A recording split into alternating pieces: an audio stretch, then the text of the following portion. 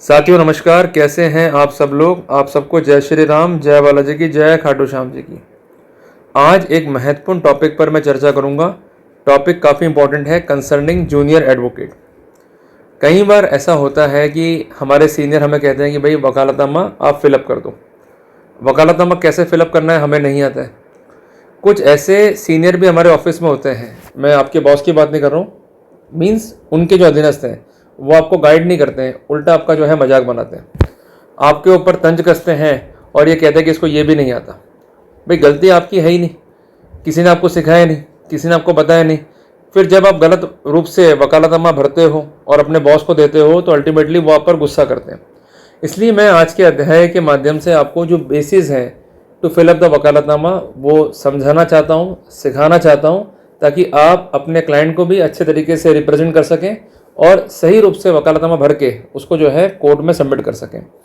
तो कुछ basic principles हैं, इसको हमें समझना होगा और नोट डाउन जो है करना होगा ताकि हमें कोई भी दिक्कत जो है नहीं आए। क्लियर है? तो आप एक नोटबुक जो है साथ में रखिए और जो बातें बता रहा हूँ उसको नोट डाउन करते हुए चलिए। अब मैं कुछ प्रश्न कहूँगा और इस पर जो है उत्तर कहूँगा, आपको दोनों ही जो है नोट डाउन करते हुए चलने ताकि इंफॉर्मेटिव रूप से आप अपनी इंफॉर्मेशन को जो है अपडेट रख सकें। सबसे पहला क्वेश्चन, वकालतनामा कहाँ मिलेगा? ये बहुत कॉमन क्वेश्चन है। वकालतनामा आपको गूगल पे भी मिल सकता है, कंसर्न जो बार एसोसिएशन का दफ्तर है वहाँ भी मिल सकता है, आपके जो सीनियर एडवोकेट हैं या जो कंसर्न आपके बॉस हैं उनके दफ्तर में वकालतनामा मिल सकता है। इसका मतलब क्या है? There is no specific format of vakalatnama. Vakalatnama basically क्या है, ये क्वेश्चन बनता है। ये बेसिकली एक डॉक्यूमेंट है जिस पर अधिवक्ता और क्लाइंट जो है एक साथ साइन करते हैं, जिसके माध्यम से अधिवक्ता ये एक्नॉलेज करता है कि वो अपने क्लाइंट को रिप्रेजेंट करेगा। अब प्रश्न ये बनता है क्वेश्चन नंबर 3 की इसका महत्व क्या है वकालतनामे का? अगर इसको हम नहीं भी भरें तो क्या होगा, नुकसान क्या है इसमें? हम तो वकील हैं, हम तो किसी भी केस में अपीयर हो सकते हैं as a matter of right. देखिए बेसिकली क्या होता है कि एक बेसिक प्रिंसिपल है, वो है रूल ऑफ एथिक्स। कई बार ऐसा होता है कि मान लीजिए मिस्टर ए जो है मेरे पास में आया, उसने मुझे जो है कंसल्ट कर लिया, क्लियर है, और उसने मुझे जो है एंगेज नहीं करा। उसके बाद जो है मिस्टर बी मेरे पास में आ गया और उसने मुझे कंसल्ट भी किया और मुझे एंगेज भी कर लिया, और कुछ डिस्प्यूट हमारे बीच में हो गया और मिस्टर बी ने मेरी जो पैरवी थी उसे ख़त्म कर दिया। अब मिस्टर ए जो है मेरे पास में आते हैं और मुझे कहते हैं कि साहब हमसे आप फीस ले लीजिए और हमारी जो है पैरवी कर लीजिए। पर चूंकि मेरा करार था वकालतनामे के माध्यम से मिस्टर बी के साथ में, तो मैं किसी भी रूप में इस केस में मिस्टर ए की पैरवी नहीं कर सकता हूँ to protect the interest of Mister B.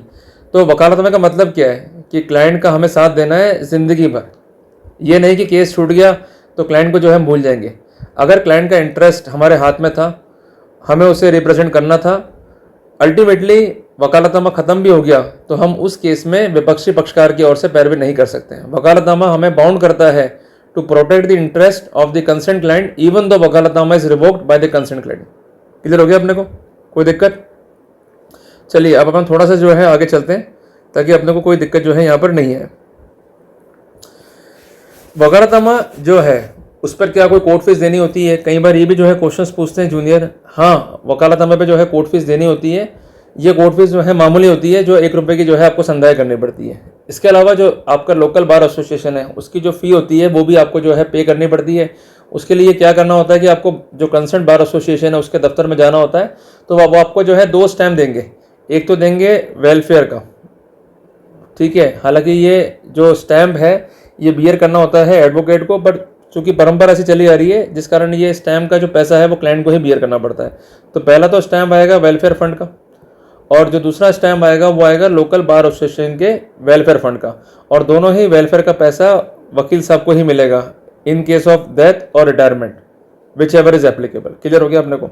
इसके लिए अलग से कानून भी जो है बना होता है, उसको भी जो है आपको देखना होता है, पर यह कानून होता है स्टेट लेवल पे। डिस्ट्रिक्ट लेवल पे जो कंसर्न बार एसोसिएशन है वो अपने हिसाब से वेलफेयर करती है। इसके लिए वो जो कंसर्न सोसाइटी है उसको रजिस्टर्ड करा लेती है। In case of death of advocate जो कंसर्न मुआवजा होता है वो इसी फंड से जो है जाता है। क्लियर हो गया अपने को? तो ये भी क्वेरी जो है मैंने आपकी आंसर करी है आज के कंसर्न पीपीटी के माध्यम से। अब हम आते हैं बेसिक क्वेरी पे कि वकालतनामा जो है कैसे बने।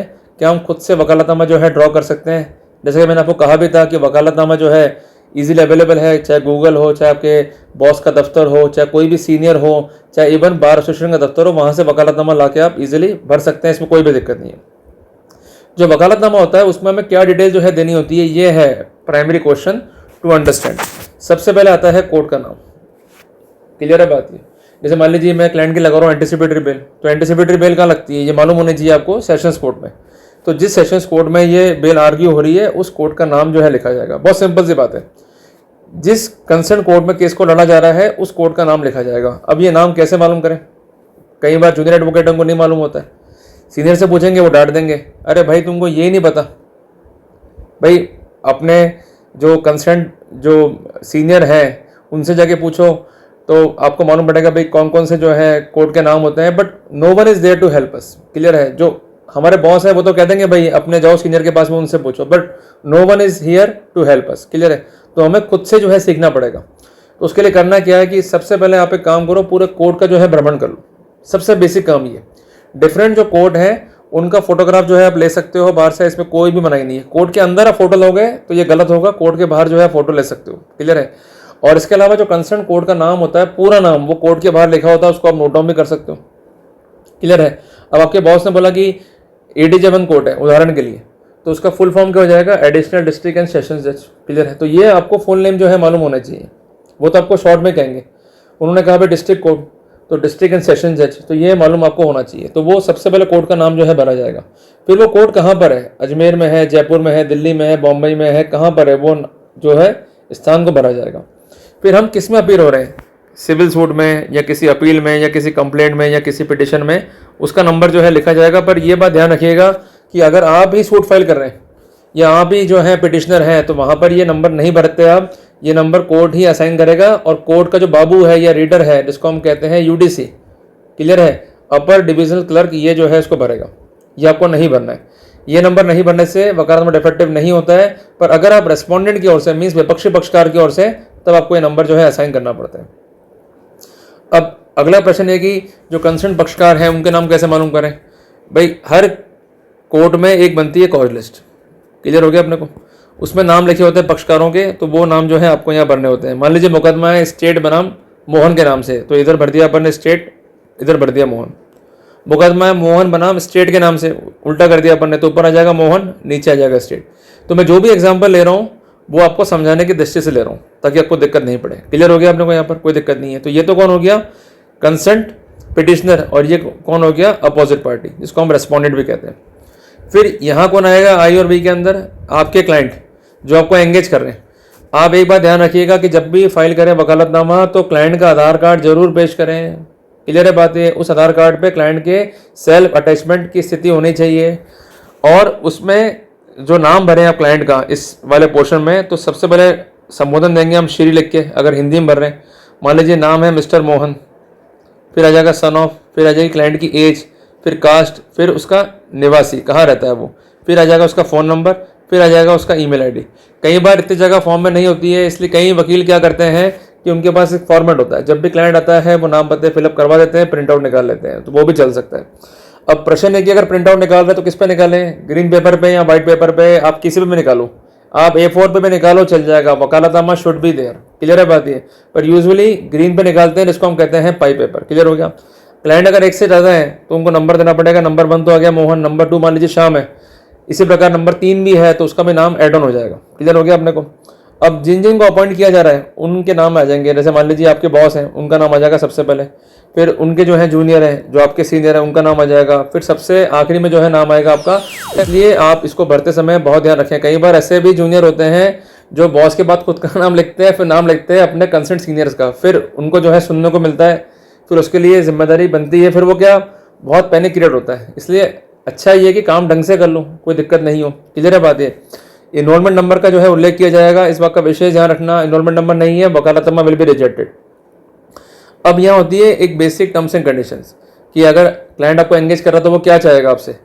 To file the case, to reply the case, to cross examine the witness, to represent the client interest. Clear है? और इसके अलावा सर्टिफाइड कॉपी चाहिए, वो आपको लिए जो है आप लिख सकते हैं। इसके अलावा और भी कंडीशंस जो तय हुई हैं अपने बीच में, मान लीजिए आप अपीयर हो रहे हैं प्रतिपेशी, तो वो भी लिख लीजिए। आप जो है अपीयर नहीं होंगे, अगर फीस जमा नहीं हुआ है तो वो भी लिख लीजिए। अगर आप जो है अपीयर हो रहे हैं तो किस एक्सटेंट तक आपका जो है एंगेजमेंट है, इसको भी जो है मेंशन कर दीजिए।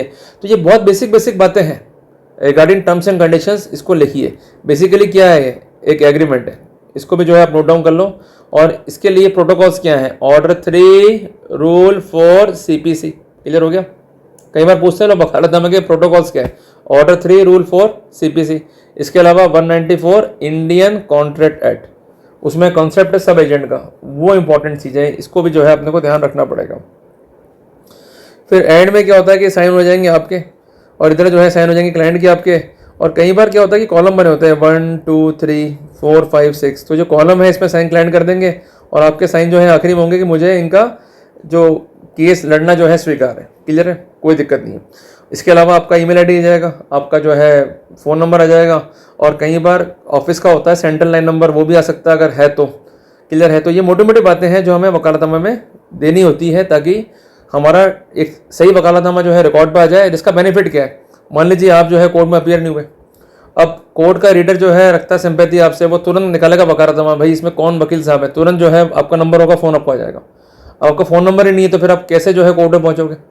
इसके अलावा अगर आप सर्टिफाइड कॉपी ले रहे हो तो ये एक प्रोटेक्शन देता है आपको कि आप ही अपने क्लाइंट के लिए सर्टिफाइड कॉपी ले सकते हो, और इसमें आप मेंशन कर सकते हो कि कोई भी दूसरा मेरे क्लाइंट की ये सर्टिफाइड कॉपी इस केस की ना लेवे तो मुझे इन्फॉर्म किया जाए, क्लियर है। अगर वो फिर भी लेता है, प्रयास करता है, तो ऐसे सिनेरियो में इसको फॉर्जरी माना जाएगा। ये सारी बातें आप लिख सकते हो, ये बहुत बड़ा इंस्ट्रूमेंट है आपके हाथ में to protect the interest of your client. इसलिए वकालतनामा मजाक नहीं है ना, इसको मजाक समझना, बहुत इंपॉर्टेंट डॉक्यूमेंट है, इसको ध्यान से भरना ताकि आप अपने क्लाइंट को अच्छे से रिप्रेजेंट कर सको। अगर वकालतनामा भरना सीख लिया आपने तो आप 5% जो है बढ़िया वकील कैटेगरी में आ गए, क्लियर है। तो इसलिए वकालतनामा भरना एक आर्ट है, do not take it casually, clear हो गया अपने को। इसके अलावा अपने को क्या लगाना है, कंसर्न क्लाइंट का आधार कार्ड। वो कहेगा साहब नहीं है साहब आधार कार्ड मेरे पास में, साहब मैं बाद में पेश कर दूंगा, वकालतनामा पेश ही नहीं करना आपको उस समय क्या पेश करना है, अंडरटेकिंग, कि मेरे क्लाइंट ने जो है मुझे एंगेज किया है, right now he is not having the Aadhaar card, मैं पेश कर रहा हूँ अंडरटेकिंग, नेक्स्ट पेशी पर मैं वकालतनामा जो है पेश कर दूंगा, और उस अंडरटेकिंग पे साइन कराने हैं क्लाइंट के, क्लियर हो गया अपने को। इसके अलावा कई बार जूनियर वकील क्या गलती करते हैं कि जो ये सिग्नेचर ऑफ क्लाइंट है ना, इसमें साइन कभी करवाते ही नहीं है, कई बार ऐसी गलतियाँ हो जाती है। तो ऐसी गलती नहीं करनी अपने को। अगर क्लाइंट ने जो है साइन नहीं करा है इस डॉक्यूमेंट को तो आपके विरुद्ध बार काउंसिल में कार्रवाई हो सकती है। कई बार क्या करते हैं लोग, चीटी मार देते हैं, क्लाइंट नहीं है, फ़ोन से पूछ लिया, खुद ने जो है साइन कर दी है, कभी मत करना ऐसा। और एक बात ध्यान रखना, धोखा हो सकता है इसमें, क्लाइंट एक हो चाहे 2 हो चाहे 10 हो चाहे 20 हो, सबको बुलाने का है और बिफोर कोर्ट साइन कराने का है, ये ध्यान रखना इस बात का विशेष। और जो कंसर्न कोर्ट की होती है ना ऑर्डर शीट, उसमें भी साइन कराऊंगे कि कोर्ट में उपस्थित रहे, कोर्ट के समक्ष मुझे वकील नियुक्त किया और वकालतनामा दिया, आपकी सेफ्टी की बात कर रहा हूं मैं। और अगर फिर भी सेफ्टी चाहते हो कि मान लो क्लाइंट बैठा है बाहर, मान लो महाराष्ट्र में बैठा है केरला में, उसका आना पॉसिबल नहीं है, तो उसको बोलो कि कोर्ट जा और जो कंसर्न नोटरी पब्लिक है उससे नोटरी करा के लेकर आ। अभी आपको बताऊं बात मेरे एक्सपीरियंस के हिसाब से, हैदराबाद का नाम सुना होगा आपने, वहां पर जो एडवोकेट्स हैं वो वकालतनामा फाइल करते नहीं है बाहर के स्टेट के क्लाइंट्स का। वो कहते हैं भाई अपने लोकल जो है एरिया में जाओ, नोटरी से जो है वकालतनामे को नोटरी करवा के लेकर आओ, तभी हम पेश करेंगे, क्लियर है बात है। जब वो इतने अलर्ट हैं तो हम इतने अलर्ट क्यों नहीं हो सकते। तो इसलिए आपको बहुत इंपॉर्टेंट चीज़ बता रहा हूं मैं, उसको ध्यान रखने का है और उसके अकॉर्डिंगली जो है वकालतनामा अपने को पेश करने का है। इन एडिशन टू दिस आप चाहें तो क्लाइंट का एक फोटोग्राफ भी जो है चस्पा कर दें, उससे और काम जो है पुख्ता और पक्का हो जाएगा, क्लियर हो गया अपने को। तो मैं उम्मीद करता हूं कि मैंने आपको डिटेल्स जो है साझा करी regarding filing of vakalatnama. And apart from that मैंने आपको सिखाया कि इसको कैसे भरें और क्या क्या बातें जो है अपने को ध्यान में रखनी है, और जो कॉमन सिली मिस्टेक्स है जो अपन कर देते हैं जिसका अपने को ध्यान नहीं रहता है, वो अपने को कैसे अवॉइड करनी है और कैसे बचना है गलत वकालतनामा फाइल करने से, क्लियर हो गया अपने को। तो ये इंपॉर्टेंट टिप्स हैं आपके लिए। मैं उम्मीद करता हूं कि मैंने आपको विषय पर अपडेट किया। अगर टॉपिक आपको अच्छा लगा तो जो कंसर्न जूनियर एडवोकेट्स हैं उन तक ये बात पहुंचाना ताकि वो भी अपनी नॉलेज को एनहेंस कर सकें और सही से वकालतनामा जो है भर के कोर्ट में जो है पेश कर सकें, क्लियर है। जल्दी मिलते हैं अपने नए टॉपिक के साथ। टिल देन जय हिंद जय भारत।